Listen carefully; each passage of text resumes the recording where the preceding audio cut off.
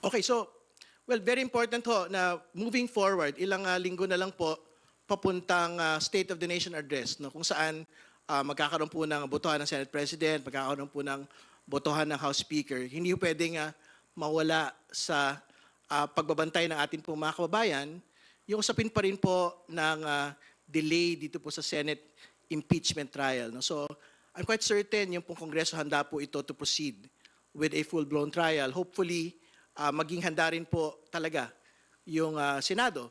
Dito sa usapin po na ito, kailangan pong ipaalala sa kanila, again, ang kanila po constitutional mandate to try and decide yung pong impeachment case sa ilalim po ng Senate impeachment rules na sila po mismo yung nag-aproba.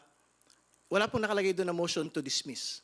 Wala pong nakalagay doon na ang motion ay pwede pong gawin ng mga senador. Kasi in that Senate impeachment rules, ang nakalagay po doon yung nagmo-motion po yung mga partido. Ibig sabihin, yung pong prosecution at yung pong depensa. Sa ilalim po ng Senate impeachment rules, ang nakalagay po rito, kailangan pong magtuloy-tuloy po ang trial ng isa pong impeachable officer. Ang nakalagay po doong obligasyon ng mga senador ay magpasya sa dalawang bagay, to convict or to acquit.